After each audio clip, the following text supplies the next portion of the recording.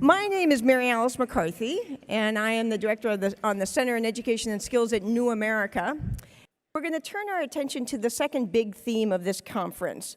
This morning we heard from industry experts and industry leaders, and today we're going to start talking about that question of how do we make sure that our apprenticeship system reaches many more people than it currently does. But part of our challenge moving forward, and this conference is all about apprenticeship moving forward, is to figure out how we can, on the one hand, make sure that the sectors where registered apprenticeship is well established are more welcoming to women and to people of color and communities of color.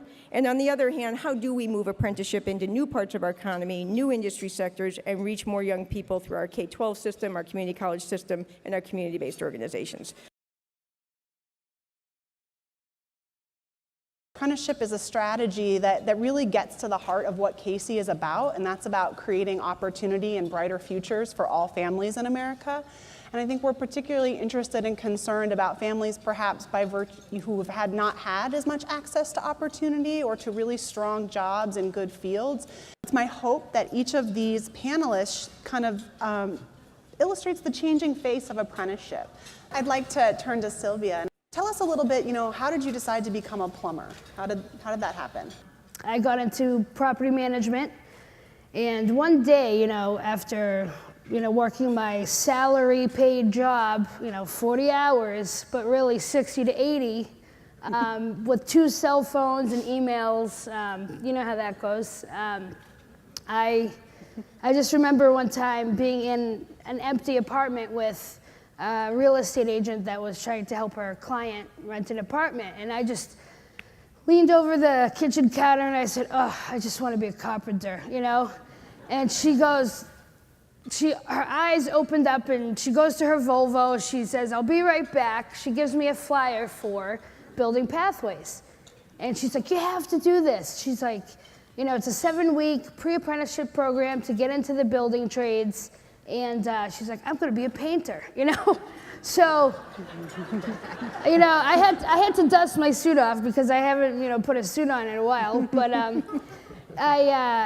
she told me all about it, and I went into the program, and you tour different unions. You go to the bricklayers and this and that, and I'm like, okay, that's cool. I'm going to be a carpenter, though. I was stubborn, and until we went to the plumbers union.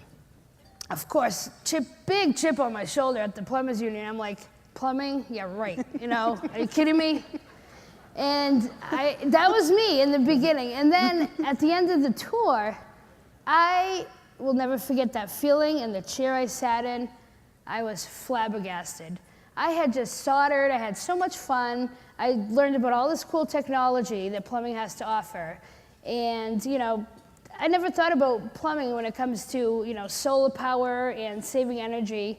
There are just so many great options, and it was just a really good opportunity. So instead of just having a career, I'm now protecting the health and safety of the nation. It's now something bigger than myself.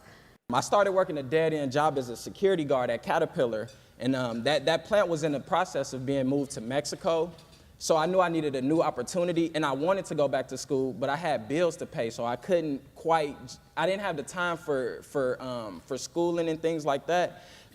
So I had a job search set up for trainee or apprenticeship because I knew without the degree, I would have to find a career that would train me. So those are the job search keywords I had set up. So I would get emails every morning with a list of jobs, It would be a lot of skilled trades and enterprise, the management training, things like that. And then one day I seen Aon. I seen it for an HR apprentice because we have HR, technology, and insurance apprentice within Aon.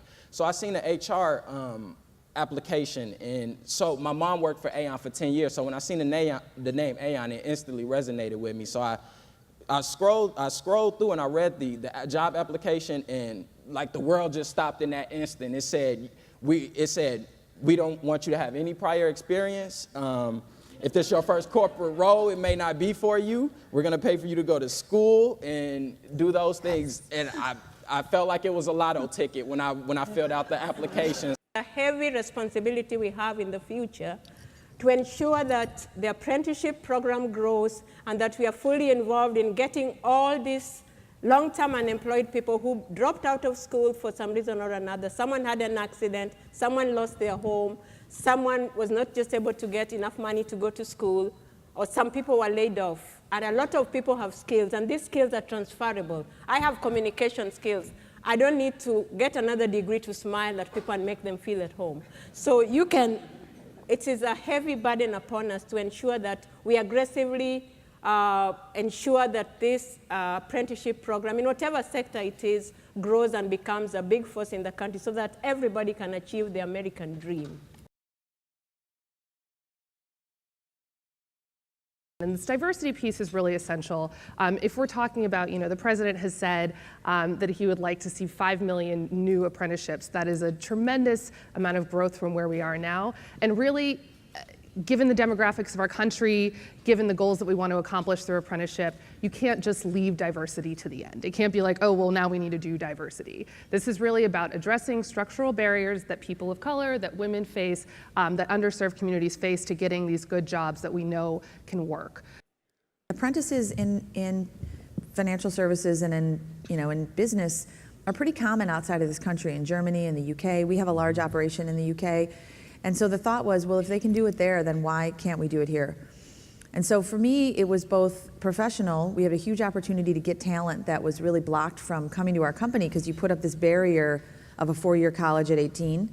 But it was also very personal. I grew up in Chicago, and I went to our state university at a time where it was a couple $1,000s a year, and I was able to pay for that as a waitress and not engage debt. But now, that same college is $30,000 a year. And so we looked at it and said, there's a huge opportunity for us to get a hold of some great talent. In the field that I mainly work on, non-traditional occupations where women are underrepresented in construction, transportation, manufacturing, pre-apprenticeship programs are very important. And particularly they're important for women because women often haven't had the same chance at home to learn about trades, tools, build up the confidence. And they also face an enormous amount of skepticism when they step into the workplace. So pre-apprenticeship programs kind of have a dual function. They help the apprentice or the pre-apprentice feel confident, but they also are like a stamp of approval to say, this person is good, she can do it. It's not just about pre-apprenticeship programs, it's really making the systems work better. So, in this arena, you're looking at, frankly, the ability to build public-private partnerships, because you need to braid funding, you need to braid services and supports, and they have to be holistic, and they have to move from one phase to another. So you can see that it's not just a matter of, the policy informing, but the policy informing collaboration.